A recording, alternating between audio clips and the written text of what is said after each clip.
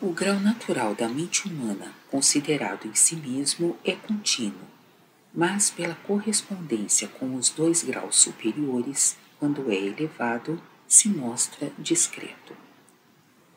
Embora isto possa dificilmente ser apreendido pelos que não estão ainda na ciência dos graus de altura, é preciso, entretanto, revelá-lo, porque isto pertence à sabedoria angélica.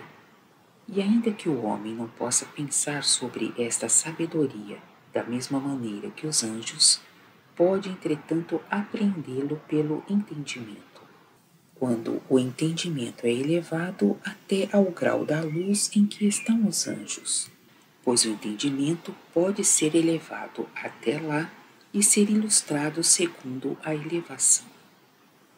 Todavia, a ilustração da mente natural não sobe pelos graus discretos, mas se acresce pelo grau contínuo. Então, à medida que cresce, é ilustrada pelo interior, pela luz dos 2 graus superiores. Como isso se faz, pode-se apreender pela percepção dos graus de altura, em que um está acima do outro, e que o grau natural, que é o último, é como o invólucro comum dos 2 graus superiores. Então, à medida que o grau natural é elevado para o grau do superior, o superior age pelo interior no exterior natural e o esclarece. A iluminação, é verdade, se faz pelo interior, pela luz dos graus superiores. Mas o grau natural, que envolve e que cerca, a recebe pelo contínuo, assim mais claramente e mais puramente, conforme a ascensão. Quer dizer que o grau natural é ilustrado pelo interior, pela luz dos graus superiores, de uma maneira discreta, mas em si de uma maneira contínua. Por isso é evidente que o homem, enquanto vive no mundo, e está por isso no grau natural, não pode ser elevado à sabedoria mesma, tal como está nos anjos, mas pode somente ser elevado à luz superior até aos anjos, e receber a ilustração por sua luz, que influi e ilumina pelo interior. Mas isto não pode ainda ser descrito mais claramente. Os efeitos podem fazer apreender melhor, pois os efeitos põem em si mesmos as causas na luz, e assim ilustram, desde que previamente se conheça um pouco as causas.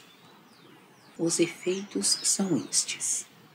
Primeiro, a mente natural pode ser elevada até a luz do céu em que estão os anjos, e perceber naturalmente o que os anjos percebem espiritualmente.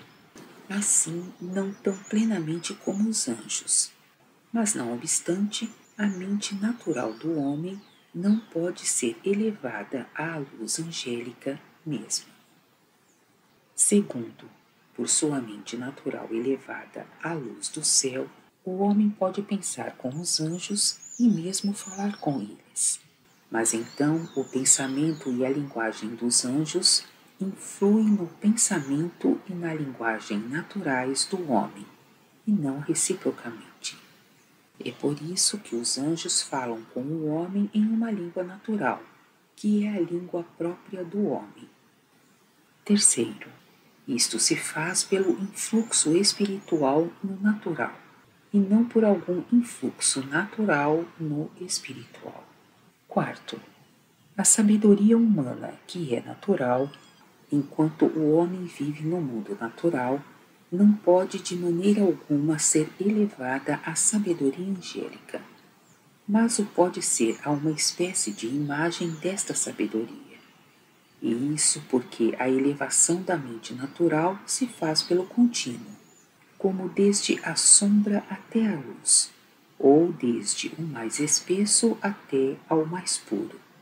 Mas acontece que o homem, em quem o grau espiritual foi aberto, entra nesta sabedoria quando morre, e pode também aí entrar pelo entorpecimento das sensações do corpo, e então pelo influxo vindo do superior aos espirituais dessa mente. Quinto, a mente natural do homem é composta de substâncias espirituais e ao mesmo tempo de substâncias naturais. O pensamento se faz pelas substâncias espirituais e não pelas substâncias naturais. Estas substâncias se afastam quando o homem morre, mas não as substâncias espirituais. É por isso que esta mesma mente, depois da morte, quando o homem se torna espírito ou anjo, permanece em uma forma semelhante àquela em que ele estava no mundo. Sexto, as substâncias naturais desta mente, que se afastam pela morte, como acaba de ser dito, fazem o invólucro cutâneo do corpo espiritual, em que estão os espíritos e os anjos. Por um tal invólucro que foi tirado do mundo natural, subsistem seus corpos espirituais, pois o natural é o último continente. Vem daí que não haja um único espírito, nem um único anjo que não tenha nascido homem. Estes arcanos da sabedoria angélica são referidos aqui a fim de que se saiba qual é no homem a mente natural, de que se tratará ainda mais nos artigos seguintes. Todo homem nasce na faculdade de compreender os veros até ao grau íntimo em que estão os anjos do terceiro céu, pois o entendimento humano, se elevando pelo contínuo em torno dos 2 graus superiores, recebe a luz da sabedoria destes graus, da maneira de que se falou acima, número 256. Vem daí que o homem possa se tornar racional segundo a elevação. Se é elevado ao 3º grau, torna-se racional do 3º grau. Se é elevado ao 2º grau, torna-se racional do 2º grau. E se não é elevado, é racional no 1º grau. Disse que ele se torna racional destes graus porque o grau natural é o receptáculo comum de sua luz.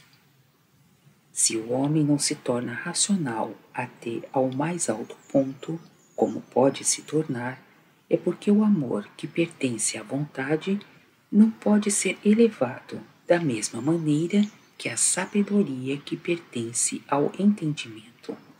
O amor que pertence à vontade é elevado somente por se fugir dos males como pecados, e então pelos bens da caridade, que são os usos que o homem pelo Senhor desempenha em seguida.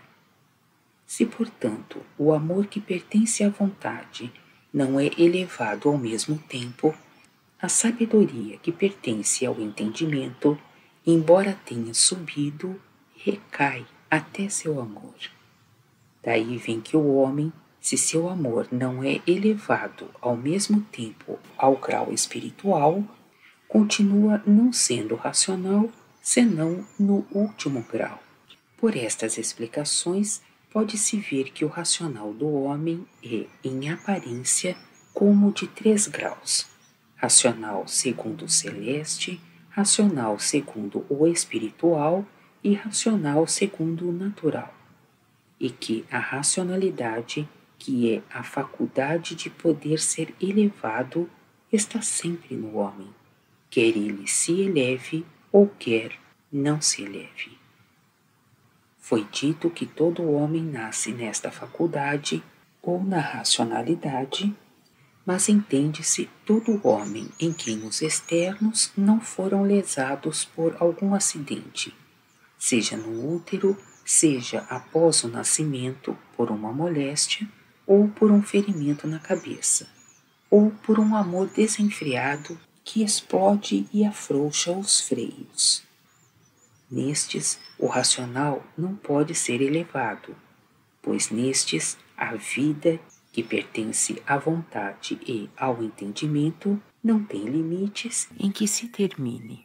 Por consequência, dispostos para que possa, segundo a ordem, operar os atos finais, pois opera segundo as últimas determinações e não por elas. Que a racionalidade não possa tampouco ser elevado nas criancinhas, nem nas crianças, vê-se mais abaixo o número 266, no fim.